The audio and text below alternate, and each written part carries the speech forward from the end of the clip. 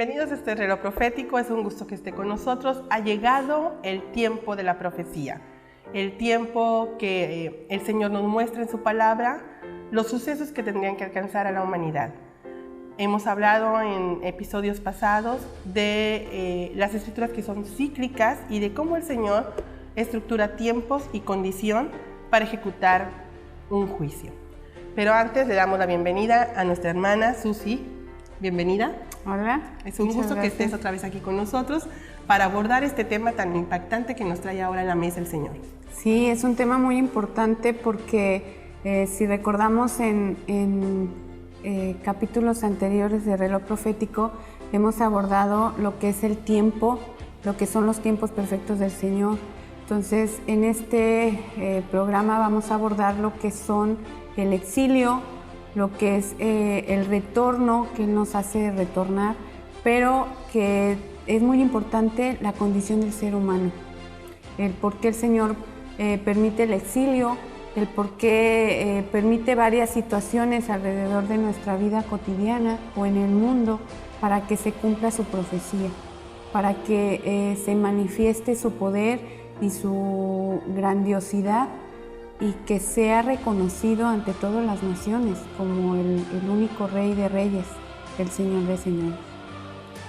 Susi, sería importante que el pueblo conociera ese tipo de condiciones porque pareciera que pasa desapercibido todos los sucesos y que nada más vemos como morbo los acontecimientos mundiales que alcanzan en estos tiempos. Fíjate que en mi propia perspectiva creo que habemos personas que sí nos causa un poquito de trabajo el comprender los eventos, por ejemplo, políticos, los sociales, y ya como empatarlos o tratar de seguir la línea de lo que es la palabra, sí nos cuesta un poquito de trabajo, pero creo que este programa es para eso. Es para que nosotros podamos alentar a las personas de que estudiando y escudriñando, el Señor te revela esos secretos. ¿Te parece si vamos a la siguiente nota donde nos habla de escudriñar las palabras para poder entender estos tiempos que vamos a estar viviendo? Agua que fluye vida. Cuando el varón salió hacia el oriente con el cordel en su mano, midió 1000 codos y me hizo pasar por las aguas hasta los tobillos. Ezequiel 47:3. Resulta apasionante dar un recorrido por la palabra de Dios y hacer escalas para apreciar las riquezas que resguarda y que están ahí esperando a ser descubiertas. ¿Cuántos de nosotros hoy en día nos damos tiempo de escudriñar su palabra? Repetimos constantemente, escudriña. ¿Pero sabemos lo que significa? Bien, la encomienda en esta asignación es llevarte al huerto de Yahweh, caminar por él y esperar que nos muestre esos tesoros que escondió y que solo le mostrará a los que le aman. ¿Será acaso que Yahweh nos puede dar la fecha de nacimiento de Abraham, así como el día de la llegada de Ismael? ¿Qué tal saber el año en que inició el cautiverio del pueblo de Israel en Egipto, mismo que el Creador anunció, el dato de la llegada de Isaac, el hijo de la promesa, y donde dejamos el término de exilio faraónico, además de investigar el día en el que fue construido el templo de Salomón? Este tipo de datos que no saltan a simple vista, que están en lo profundo de la palabra, la cual es como un inmenso río de agua que fluye y el cual debemos explorar, inducirnos en él, y buscar qué es lo que tiene para darnos.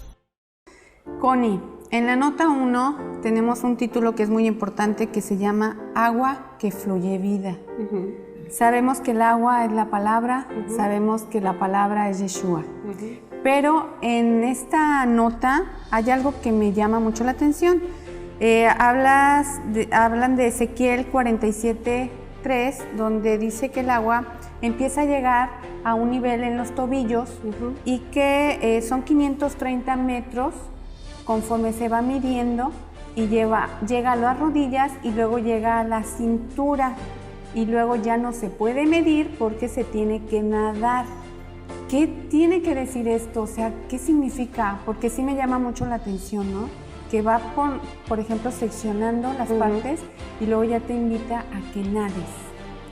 Bueno, en esa escritura le da la palabra al Señor a Ezequiel, donde está hablando del templo y de cómo nosotros debemos de estar trabajando en el llamado que nos hace, el compromiso que tenemos delante de Él, hasta dónde nosotros estamos realmente siendo fieles a la palabra y caminando, aplicando esa palabra en nuestra vida.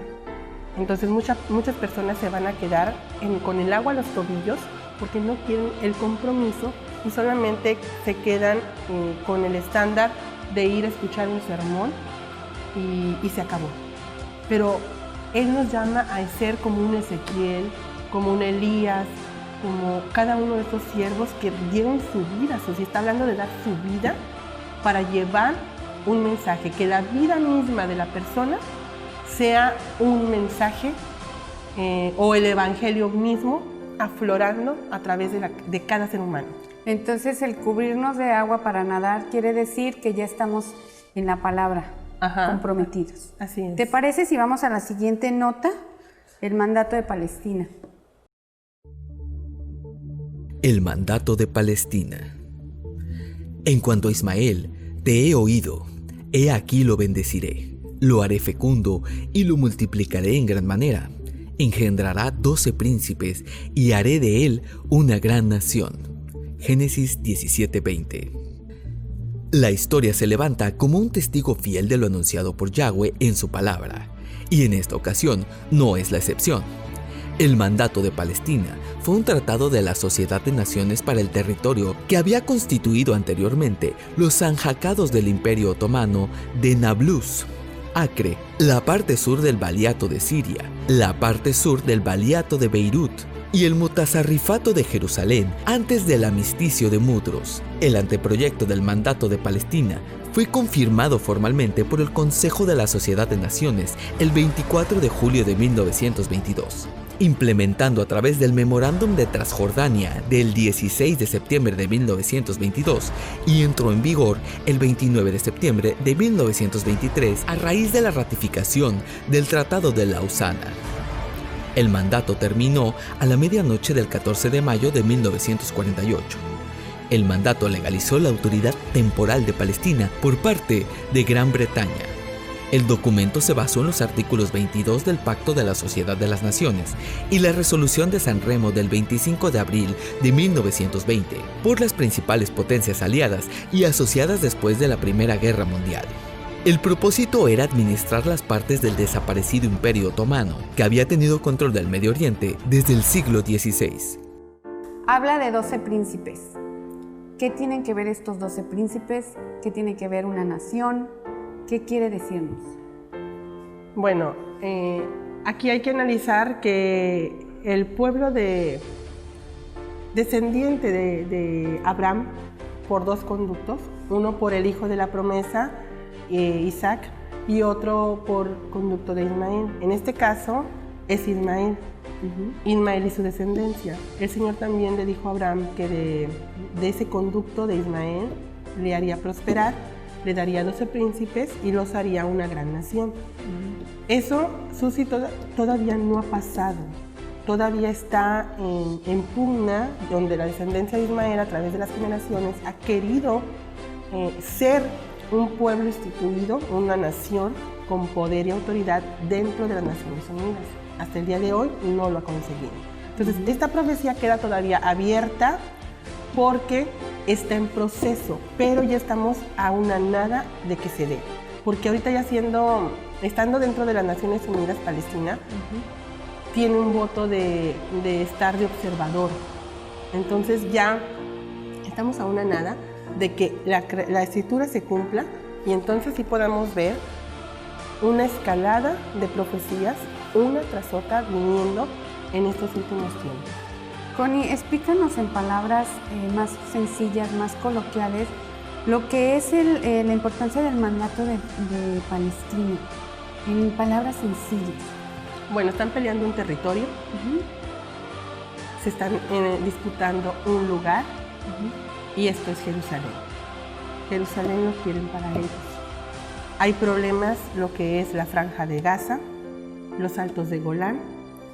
Y si tú te fijas en las noticias, estamos viendo constantemente disturbios y bombardeos en esos lugares. El día que les den Jerusalén, ese día se desata otra escritura.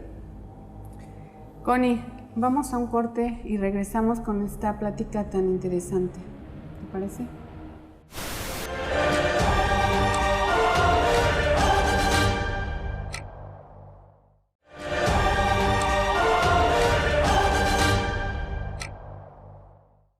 Retomando el tema, Susi, de lo de Palestina y lo que es el Estado Islámico, lo que son los descendientes de Ismael, no es tan sencillo, digámoslo, hablar o abordar este tema porque ha traído muchos conflictos. Ellos constantemente se despertó un celo muy arraigado que tienen desde que ellos venían creciendo juntos y el Señor los separa. Ismael ya no solamente es un celo ni envidia, sino odio que tiene y se desarrolló y que transmitió a su descendencia para que hasta nuestros días alcancemos a ver ese odio en los islámicos en contra de los judíos. Entonces estamos viendo un pleito familiar que tiene sus inicios con Abraham y Ismael e Isaac hasta el día de hoy. Y se están peleando la herencia del Padre, Jerusalén. Es muy importante ese territorio, Jerusalén. ¿Por qué tanta lucha? ¿Por qué? Bueno, el Señor escogió ese lugar para manifestarse y ahí es donde se quedó la distribución para erigir el tabernáculo o el templo.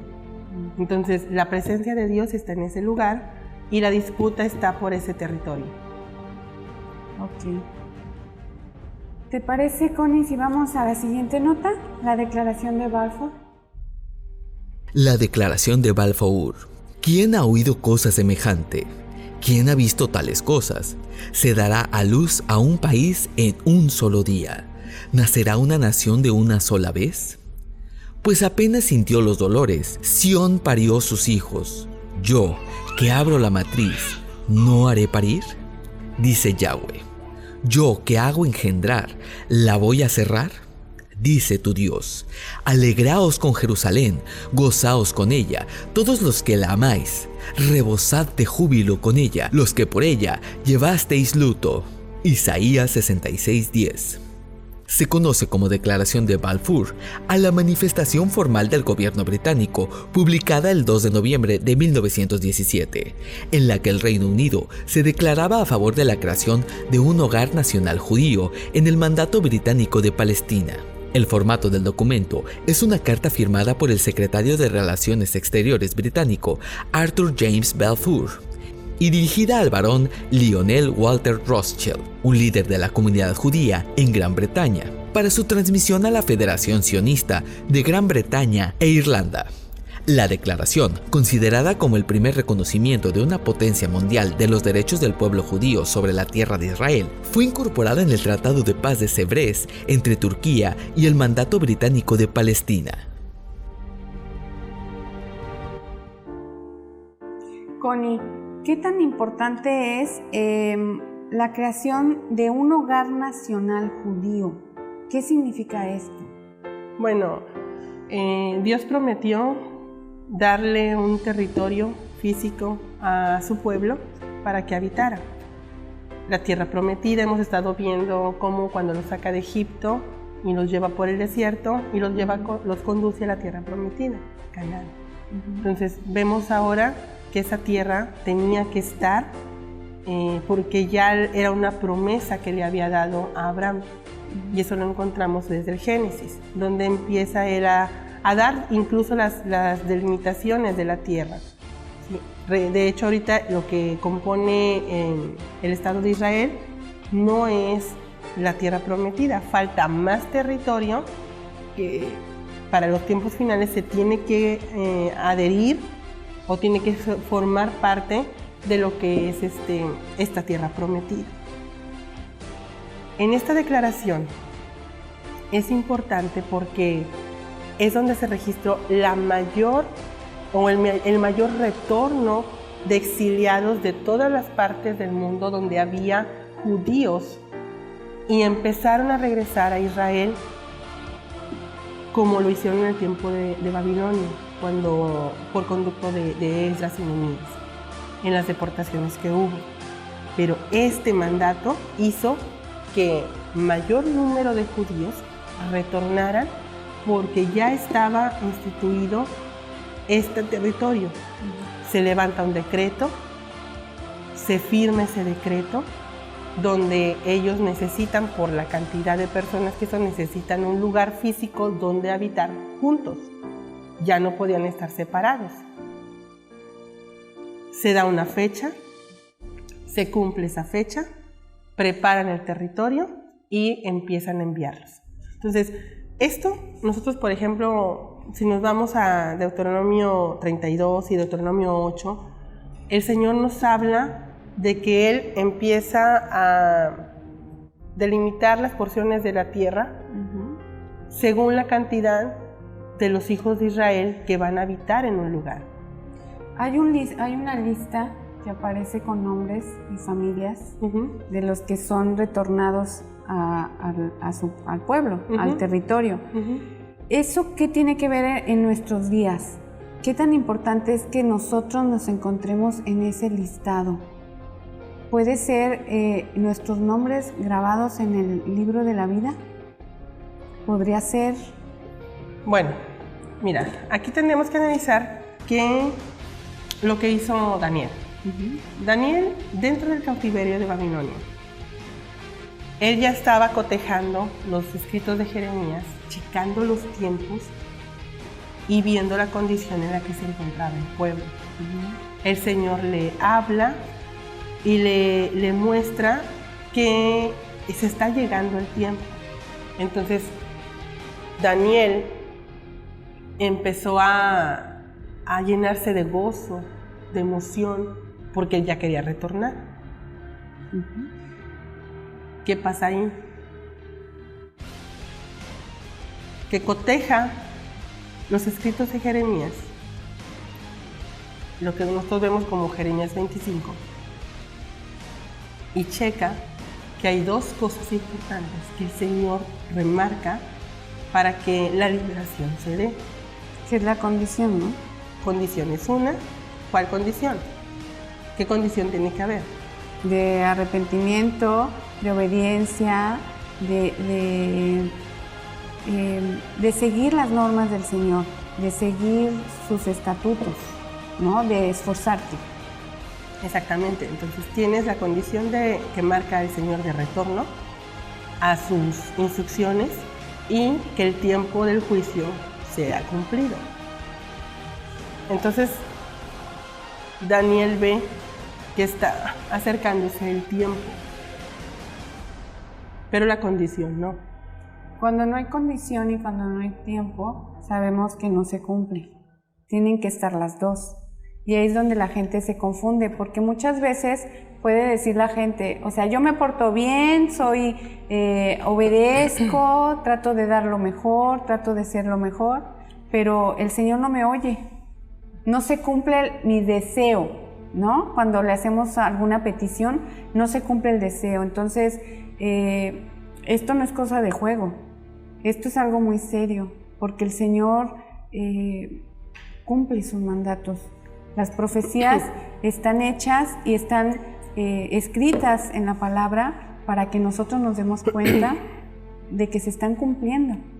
Y con esto de la exiliación y del retorno y de la condición del ser humano, se cumple otra profecía. Entonces, todo eso que estamos mencionando no tiene una vigencia. Hasta el día de hoy es lo mismo que analiza el Señor cuando va a traer la libertad a una persona. Entonces, en ese tiempo Daniel checó y dice, no encuentro la condición de arrepentimiento, no vamos a salir. El exilio se va a prolongar.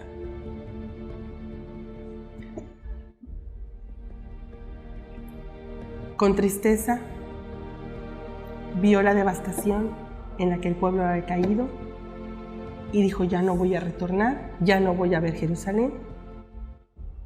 Y con tristeza, el Señor le dijo, quedarás en el exilio, pero te levantarás para recibir tu corona. Vamos a un corte porque se nos acabó el tiempo. Regresamos.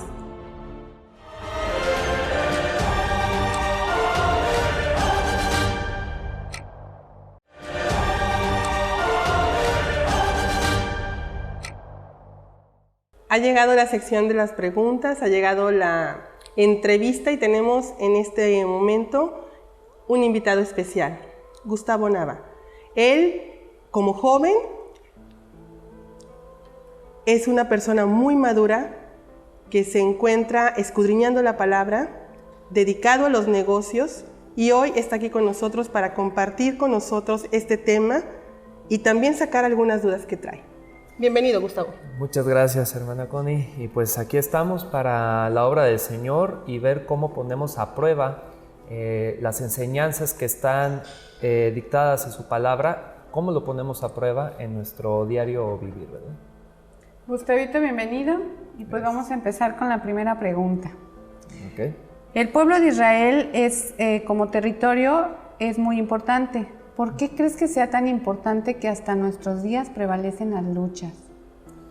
Bueno, desde el principio en la palabra había dicho que por el pecado de Israel, el Señor mismo dijo que va a esparcir a su pueblo.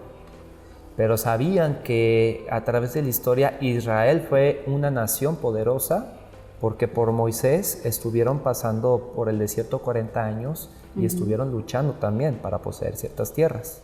Entonces se conocía a través de la historia que Israel era una nación fuerte. Entonces, si es una nación fuerte, ¿cómo no otras naciones pues van a querer esa tierra? Sabiendo que el Señor los esparció, debilitando a la nación por su integridad, por causa del pecado. Entonces es así como es considerado Israel una nación fuerte, nada más que ahorita ha estado disperso. ¿Tú crees que el pueblo de Israel sea el ombligo del mundo? El ombligo. Yo lo creo así. El Señor, si tú ves en un globo terráqueo o si ves en un mapa, Israel es solamente una pequeña porción de tierra a diferencia de muchas otras.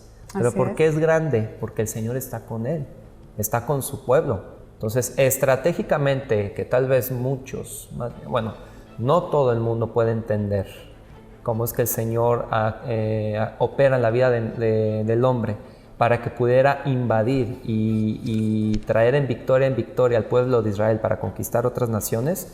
Hay muy pocas personas que lo entienden, y muchos no lo entienden porque, por lógica, si es una pequeña porción de tierra, ¿cómo va a invadir a otras? ¿Cómo puede ser tan poderosa ante otros pueblos, ante otras naciones, no? Gustavito, la siguiente pregunta es acerca de... ¿Tú crees en las maldiciones? ¿Tú crees que el pueblo de Israel haya tenido una maldición para que sea disperso su pueblo? ¿Para que lo hayan sacado de ahí, lo hayan permitido el Señor que saliera, que fuera exiliado? Ok. Lo contrario de bendición es maldición. El Señor siempre ha querido bendecir a su pueblo, pero si su pueblo se le rebela, entonces en lugar de bendición obtiene maldición, o que es lo mismo la condenación por su conducta, después de que el mismo Señor les dijo que hagan sus mandamientos. Entonces, ¿cuál es la consecuencia de no obedecer sus mandamientos? Que eran para bendición. Era la condenación por haber desobedecido, por lo tanto, no van a poder obtener las riquezas o lo que el Señor mismo les prometió si no se arrepienten primero. Entonces la maldición sí lo creo como tal, siempre y cuando en tu corazón hayas decidido no obedecer al Señor. Gustavo, ¿tú crees en las maldiciones? Sí, sí las creo. ¿crees que son efectivas? Bueno, una maldición es efectiva, pero ¿con qué propósito se maldice a alguien? En realidad nadie quiere ser maldito. El Señor ha maldecido, pero es por una razón. Pero lo que dice el Señor es que hay que guardar sus mandamientos para no llegar a la condenación, que puede ser la maldición. Entonces, como su pueblo, Israel, se ha revelado muchísimas veces, entonces muchas veces ha sido maldito, pero no destruido, sino que los disciplina, los condena por medio del exilio, para que realmente vean todas las bendiciones que el Señor les tenía preparados para ellos. Entonces, las maldiciones es lo contrario de la bendición. Debemos buscar la bendición, pero porque si no las buscamos, entonces lo que vamos a obtener a cambio es la maldición. Y una maldición se muestra personalmente para cada una de las personas que pecó delante del Señor. Una maldición es más específico con las concupiscencias que tú tienes. Entonces el Señor te pone en aflicción y te suceden cosas para que entiendas que no puedes estar en esta condición maldita, porque tienes que regresar a la senda antigua, o sea, a su raíz, a la verdadera enseñanza que el Señor puso en nuestros corazones, que es el guardar los mandamientos. Ahorita, como estamos en el mundo, ¿crees que se esté haciendo ese retorno hacia el Señor, hacia su palabra, hacia sus mandamientos?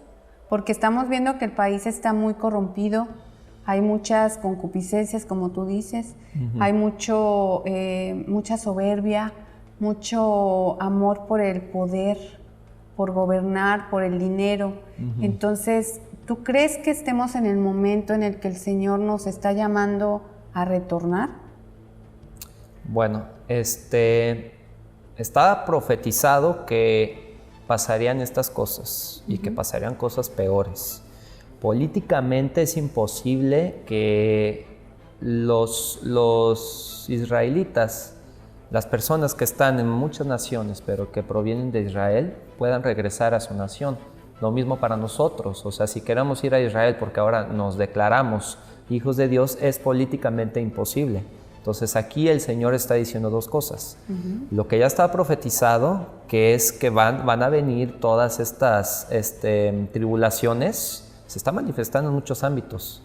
Y la otra es que entendamos que al ver estas cosas ya es momento de arrepentirse. Entonces, estamos hablando en el sentido espiritual de que no importa en el lugar en donde estemos, lo que debemos hacer es arrepentirnos como realmente se debe de hacer, así como lo hizo Moisés, así como lo hizo David, así como lo han hecho cada uno de los sacerdotes, profetas, reyes y siervos de Dios, que se han arrepentido realmente para volver a las sendas antiguas. Entonces, debemos enfocarnos más en eso, de que no importa el lugar en donde estemos, nosotros ahora somos morada del Espíritu Santo, pero tenemos que hacer una buena morada. Entonces, para hacer eso, debemos dejar de hacer las cosas que hacemos hoy en día.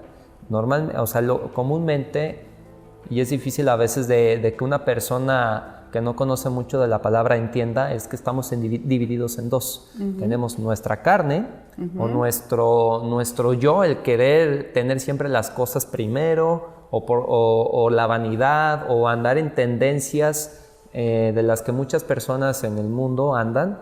Y la otra es el yo espiritual. Esto quiere decir el vínculo personal que tú tienes con el Señor, y es en lo que más debemos fijarnos. Entonces hay que trabajar más en las cosas espirituales que en las cosas terrenales. ¿Por qué crees que los gobernantes, hablábamos de la lucha por el territorio de Israel, ¿por qué crees que los gobernantes pierdan esa espiritualidad? ¿O por qué crees que no estén tan empapados de la palabra, que les llame la atención el ir a buscar en la palabra cómo gobernar? Porque en la palabra nos habla el Señor de cómo debemos de conducirnos hacia un pueblo, de cómo debemos de ser gobernantes. Entonces, ¿tú qué crees que pase? ¿Qué crees que les falte o que están dejando de hacer para que ellos sean unos buenos gobernantes? Yo creo que sí recuerdan de dónde vienen ellos, nada más que se han corrompido, como todos nosotros. Vemos más ahora por nuestros intereses que por lo que realmente debemos enfocarnos. Entonces, cada gobernante tiene su religión, su creencia.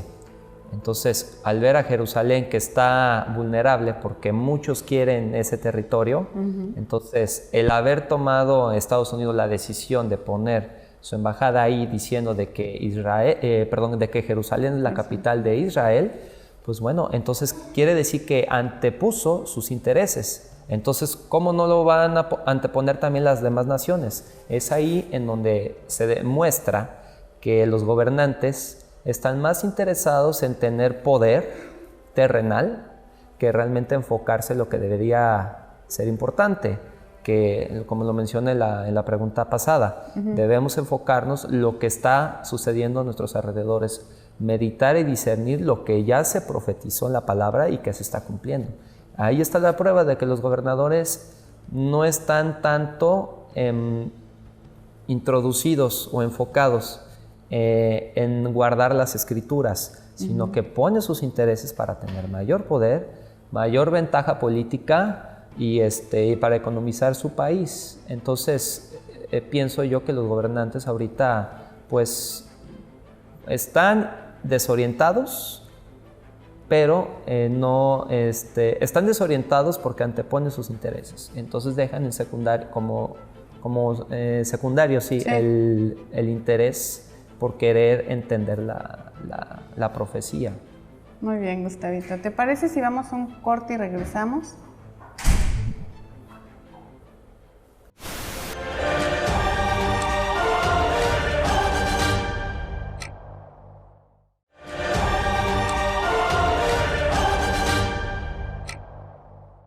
Y regresamos, hermano Gustavo.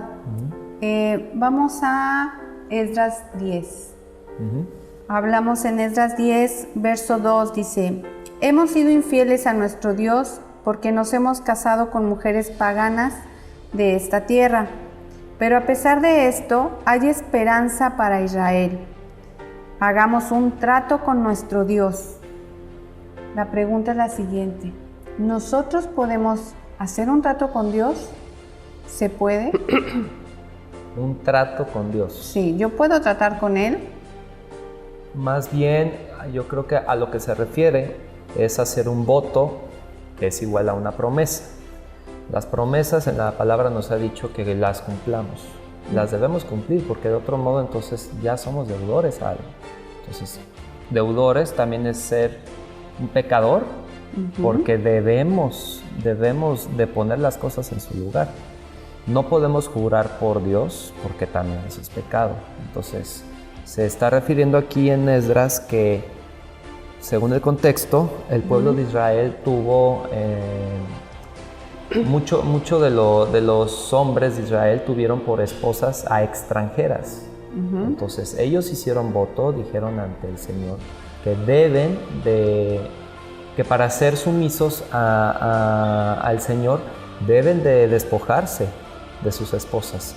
Deben volver a estar solteros para servir al Señor, porque desde el principio el Señor les había dicho que no habrá tierra ajena dentro de su pueblo para que tuvieran familias o esposas que andan en yugo desigual. Entonces, porque esa tierra estaba siendo profanada. Exactamente, se estaba mezclando la tierra. Cosa que no debió haber sido ni desde el principio. Entonces, es una promesa, es algo que tú dices delante del Señor que vas a cumplir porque estabas en pecado. Lo tienes que hacer. Connie, ya a través de la investigación, ¿se puede hacer un trato con el Señor? ¿Nosotros podemos tratar con Él? ¿Hacer pacto con Él? No, pacto solamente puede hacerlos el Señor. Él hace sus pactos y los hace consigo mismo, ¿sí? Y luego es para el pueblo. Él pasa sus condiciones en el convenio que Él elabora. Lo que nos habla aquí el Señor en esta porción de la palabra es que para que no suceda lo mismo que pasó con Salomón, ya ves que se terminó desviando Sí. su conducta por casarse con mujeres extranjeras y adoptar después las costumbres de ellas y los ídolos que ellas traían. Entonces se apartó de la ley del Señor, de la instrucción del Señor. Entonces por eso hace mucho hincapié en que la persona no debe unirse a un yugo desigual, a un pensamiento contrario a la palabra, porque va a terminar desviando a esa persona que va enfocándose en las cosas de Dios, va a terminar desistiendo y no cumpliendo con el objetivo o no cumpliendo con la misión que el Señor le da. Ahora, esto es muy importante porque la respuesta que da estos sacerdotes, porque en el capítulo habla que son sacerdotes del Señor, hay un requerimiento especial para los que son sacerdotes, y está escrito en la Torá, en la instrucción: santidad en todo. Y esto nos lleva a ver las cosas en el tabernáculo o en el templo, que está dividido en tres niveles: el atrio, el lugar santo y el lugar santísimo. Así es.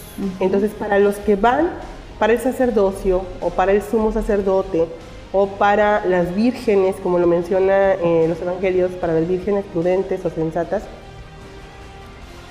el nivel de santidad, Susi, Gustavo, es santidad en todo. Entonces, el requerimiento y el estándar suben. Y el hecho de cómo lo menciona la palabra, habla de un compromiso, donde el Señor está sellando, hay un compromiso contigo, conmigo, con cada uno de nosotros.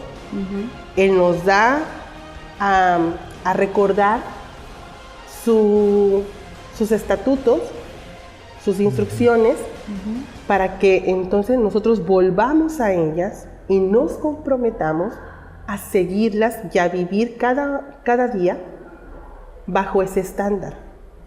Entonces, una vez que yo entro en ese compromiso, en esa responsabilidad con Él, ¿sí?, mi deber diario o mi vida diaria tiene que esforzarse todo el tiempo a alinearme a lo que Él quiere. Es como el marido con la esposa. Él tiene las cláusulas, las reglas que se van a llevar en un hogar, y la esposa dice: sí, yo estoy de acuerdo a todo lo que tú quieres que hagamos juntos en esa casa, para que juntos construyamos la familia. Entonces, de esa misma manera, el Señor Yahweh habla al pueblo y le dice a esta porción de sacerdotes que habían unido sus vidas a mujeres extranjeras que tenían ídolos y con las cuales habían procreado hijos, ya tenían una familia. Entonces, por eso les pidió, por conducto de Esdras, para regresar, para retornar a la tierra, donde yo les bendeciré, tienen que regresar solos. Y nada más imaginemos el momento en el cual ellos, lo que estuvieron pensando, lo que pasó por sus mentes en ese tiempo. De todos los años que tuvieron que criar a sus niños. Exactamente. Y cómo decidir obedecer y dejar una familia. Exactamente. Por obedecer al Padre en lo que Él les estaba demandando. Hermana Connie, lo que dijiste ahorita de decidir es a lo que se está refiriendo cuando Esdras les pidió a los sacerdotes que decidieran el dejar lo que estaban haciendo, lo que estaban practicando. Tuvieron que volver a la raíz porque son sacerdotes. No, quiere decir que no pueden estar, especialmente ellos, no pueden quedar en yugo desigual. Ahora, espiritualmente hablando, nosotros somos la esposa. No podemos tomar el papel del esposo porque lo vamos a corromper. No es nuestra función, no está en nuestra naturaleza hacer eso. Nuestra naturaleza es ser sumiso, como la esposa lo hace hacia su esposo, y obedecer al esposo, que es el Señor. Entonces, tenemos que ser las vírgenes prudentes que están esperando y están sumisas para la llegada del Mesías.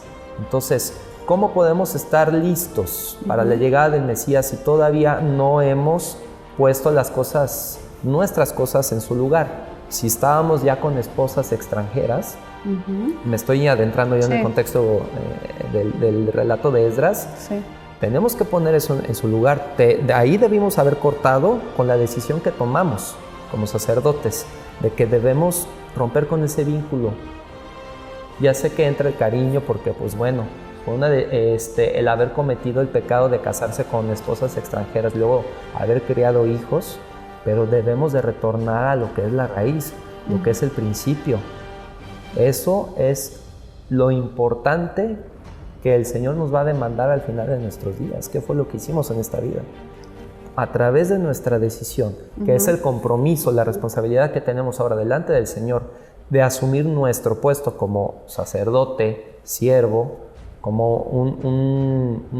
una oveja, debemos obedecer a nuestro Señor. Entonces, a través de esa decisión, es así como nosotros hacemos compromiso delante de Él para dejar lo que estábamos haciendo. ¿Qué pasa con las personas que ya tienen una vida hecha, que tienen un matrimonio, que tienen hijos y que Dios les da la oportunidad de conocerlo, pero que se tienen que someter a lo que dice la palabra, a sus estatutos? ¿Qué pasa cuando ese yugo es desigual? En este tiempo, ¿qué debemos hacer? ¿Cómo reaccionarías en una situación así? Aquí habla yugo desigual, como en el ejemplo del rey Salomón, que por haber él permitido que ciertas mujeres estuvieran en su vida, se inclinó a otros dioses. Ese es un ejemplo muy claro de yugo desigual. Pero también hay yugo desigual dentro de las mismas congregaciones. Así es. Entonces, si apenas en una congregación nuestra esposa o esposo está en yugo desigual, entonces primero debemos resolver eso. Debemos aprender primero que el obedecer la palabra del Señor se puede ver de diferentes maneras. Claro. Tal vez la manera en que tú lo sigues no es la manera en que yo lo sigo. Entonces ahí hay una barrera que es el yugo desigual. Entonces debemos ser compatibles y entender cuáles son los intereses del Señor en nuestra vida para que podamos romper con esa barrera. Y estoy hablando dentro de la congregación. Una vez aquí en la congregación se tiene que ser todavía más firme para los casos de las personas que tienen otra creencia, por ejemplo. Debe ser firme. Muchísimas gracias. Se nos ha terminado el tiempo. Les agradecemos por haber seguido el programa Reloj Profético y nos vemos para la próxima.